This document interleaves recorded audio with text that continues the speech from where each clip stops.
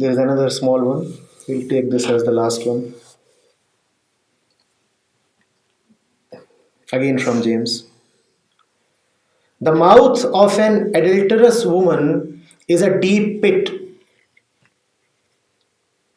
A man who is under the Lord's wrath falls into it. The question is, who is really an adulterous woman? How to identify? And what is this Lord's wrath? When does one come under the Lord's wrath? How to be saved? Ah. And I had said a small one.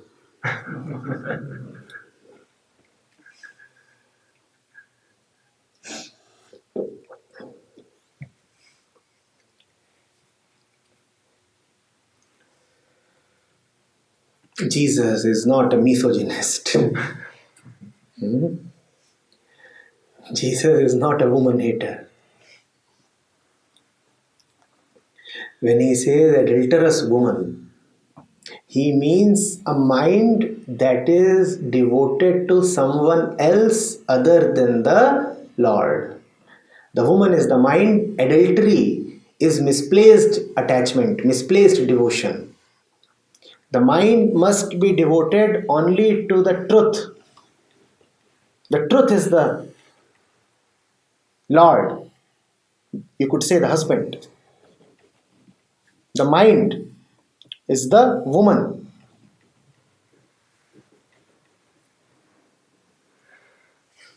That is also the way in which Kabir uses the word sati. A significant portion of Kabir's literature is devoted to the sati. What is the sati? The sati does not refer to a bodily woman. The sati refers to the mind that is devoted to sat, the truth.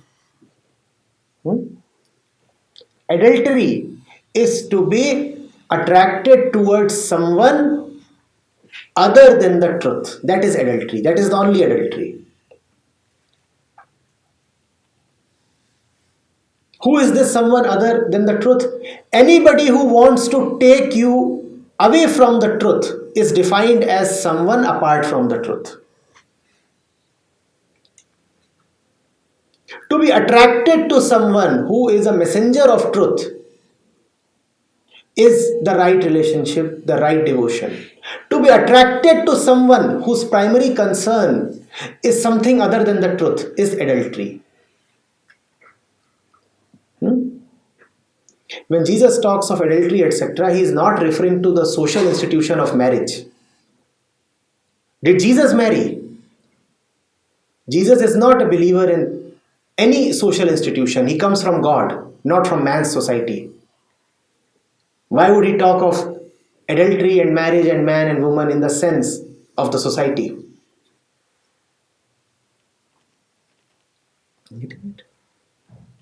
So when he says that the mouth of an adulterous woman is a deep pit, a man who is under the Lord's wrath falls into it. What does it mean to be under the Lord's wrath? You are actually never under the Lord's wrath. You are always under the Lord's grace. You are always under your own wrath if you see that you are suffering.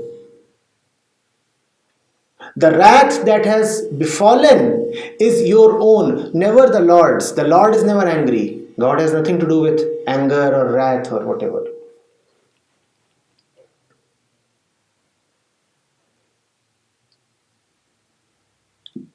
God gave you the power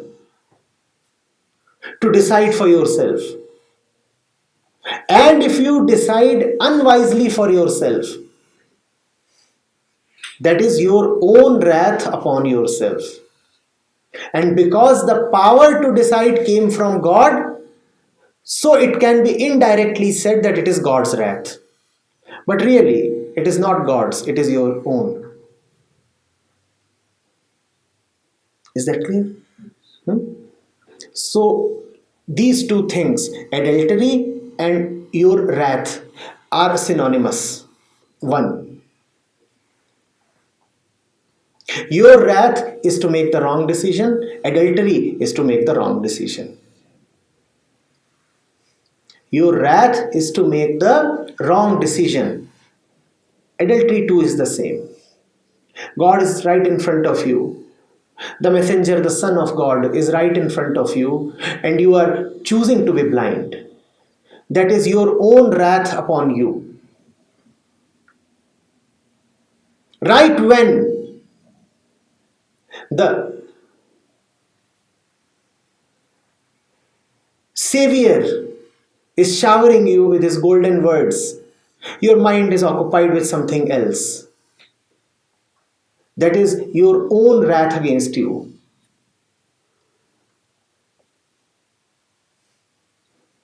And that something else that you are thinking of, that something else that you are attracted towards, is adultery. The Lord is there and you are busy with something else. That's adultery. And that's also Lord's wrath. What is Lord's wrath? The Lord's wrath is that He will remain present yet absent. That's how He punishes you, by remaining present. He is present, but for you He is absent. That's the punishment that He is giving you. More exactly, that is the punishment that you are needlessly giving yourself.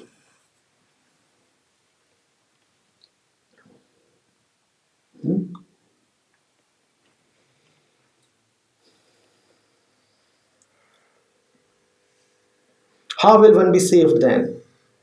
Open your eyes, take the right decision, extend your question. Your question is the beginning of your redemption. When you are asking, how will I be saved? It means that you are interested in being saved, that you have an inclination to be saved. Stay with this inclination. That's how you would be saved. If you stay with this inclination, then your wish would be fulfilled.